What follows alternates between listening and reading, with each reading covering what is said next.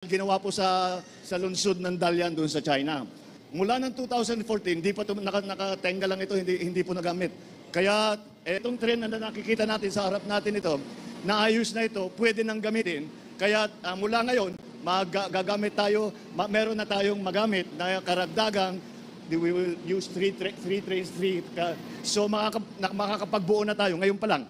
3 trains na 3 karwahe. Nung binili, hindi pa nagamit ito. Kaya nakakatuwa naman, hindi naman nasayang ang ating pondo. Kaya maging hawa ang pagbiyahe ng ating mga kababayan, lalo na mga senior citizen, lalo na PWD at saka yung mga estudyante natin. Maraming salamat po. Magandang umaga po sa inyo.